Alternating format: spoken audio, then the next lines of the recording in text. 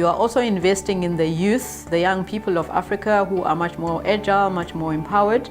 What they don't have right now, which might seem like a daunting task, is work experience. But what they do have is hunger for education. And we see that with the volume of applications that go through all our universities and TVET colleges. So there's hunger for knowledge. I think that is quite a huge opportunity for the private sector. As a huge procurer of services, the public sector is a huge opportunity, in my view, across the continent for the private sector, particularly in the area of infrastructure development, particularly in the area of just basic infrastructure because of the backlogs that we're sitting with. I know that we've done very well in the water area, but our sanitation across the country is very weak. It's an opportunity there. Our agricultural infrastructure is also very weak. We've got this wonderful idea of building the black industrialists, but we don't really have the ability to do that. So I would see that as a huge partnership opportunity for the private sector to meet with local people and start exciting initiatives on the ground. We would like to help our private sector organizations to understand the local government and support it, because if your local government is not functioning properly, you're going to have a problem with just robots, for instance, traffic. I mean, as basic as that. If people are not trained in the very basics in local government, you, at the end of the day, as a private sector, you're going to get a wrong bill for your water, for your electricity, etc., etc. The way we want to do it is we would like to sit with our private sector colleagues, especially those that are already providing services to local government, to say, guys, we have identified these areas as areas of weakness.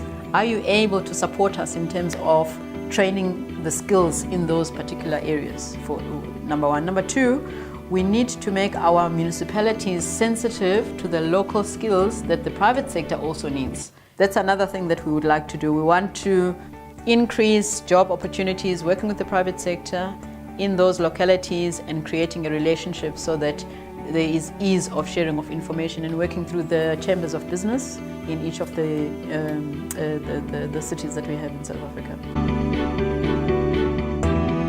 You know, one of the weaknesses for our young people is that they have no revolution to fight.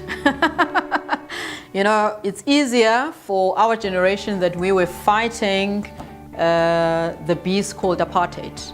Now they've got everything on the table and they don't know what the fight is.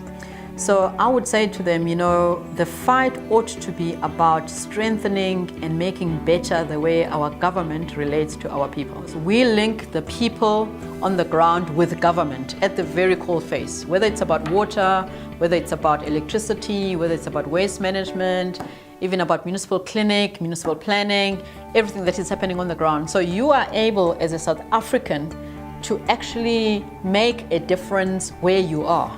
So as a young person, if you want to make a difference, if you want to pick a fight, let this fight be about you finding ways in which you become the change that you want to see.